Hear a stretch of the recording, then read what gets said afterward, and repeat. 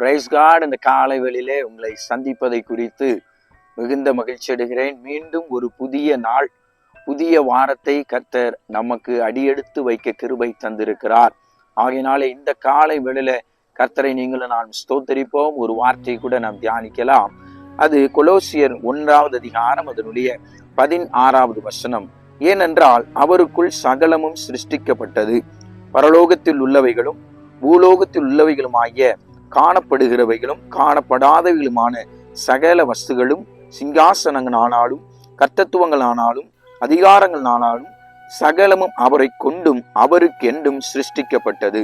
இந்த காலை வேளையிலே நம்முடைய இயேசுவானவர் எப்படிப்பட்டவர் என்றால், அவர் உருவாக்குகிற தேவனாய் இருக்கிறார். இந்த காண்கிறதான இந்த முழு உலகத்தை அவர் உருவாக்கி இருக்கிறார்.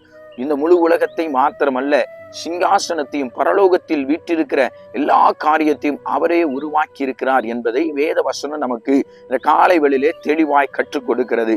இன்னும் இந்த உருவாக்குதலை குறித்து நம்ம ஆழமாய் கவனிப்போம் என்றால், கர்த்தர் இல்லாததிலிருந்து உருவாக்குகிறார். நம்முடைய வாழ்க்கையில நீங்கள் முடிந்து போனது என்று நீங்க நினைக்கலாம், ஆனால் முடிவிலிருந்து கர்த்தர் ஒரு ஆரம்பத்தை உங்களுக்கு அவர் கொடுக்க வல்லவராயிருக்கிறார். இந்த காலை வேளையிலே அந்த உருவாக்குகிற அந்த இயேசுவை நோக்கி நீங்கள் பார்ப்பீர்கள் என்றால் அவர் உங்களை மீண்டுமாய் உருவாக்குவார். நீங்க நினைக்கலாம், என் வாழ்க்கை முடிஞ்சு போச்சு என்று சொல்லி நீங்க நினைக்கலாம், இனிமேல் நான் எழுந்திருக்க மாட்டேன், என்னை தூக்கி விடுறதுக்கு யாரும் இல்லை என்று சொல்லி நீங்க நினைக்கலாம். ஆனா இந்த காலை வேளையில கர்த்தர் நம்மோடு பேசுகிறார். இயேசு நம்மை உருவாக்க வல்லவராக இருக்கிறார். இந்த வார்த்தையை நீங்க நம்புங்க, இந்த வார்த்தையை அறிக்கையிடுங்க. நீங்களும் நானும் விசுவாசத்துல ஒவ்வொரு நாளும் வளர வேண்டும், விசுவாசம் அதிகரிக்க வேண்டும். விசுவாசம் அதிகரிக்க தான் கர்த்தர் நம்முடைய வாழ்க்கையில ஒரு பெரிய மாற்றத்தை அவர் செய்வார். உங்களை இந்த காலையில் இந்த வார்த்தை சொல்லி ஆசீர்வதிக்கிறேன். இயேசு உங்களை உருவாக்குவார், இயேசு உங்களை புதிதாக்குவார். எல்லாம் மறைந்த காரியத்தையும் கர்த்தர் இந்த புதிய நாளிலே அவர் உருவாக்க வல்லவராயிருக்கிறார். உங்களுக்காக நான் செபிக்கிறேன். கண்களை மூடி நாம் செபிப்போமா? அன்பின் பரலோக பிதாவே, இந்த காலை வேளைக்காய் ஸ்தோத்திரம். நீர் உருவாக்குகிற தேவன் ஆண்டவரே, சகலமும் உம்மை கொண்டு உமக்கென்று உருவாக்கப்பட்டது.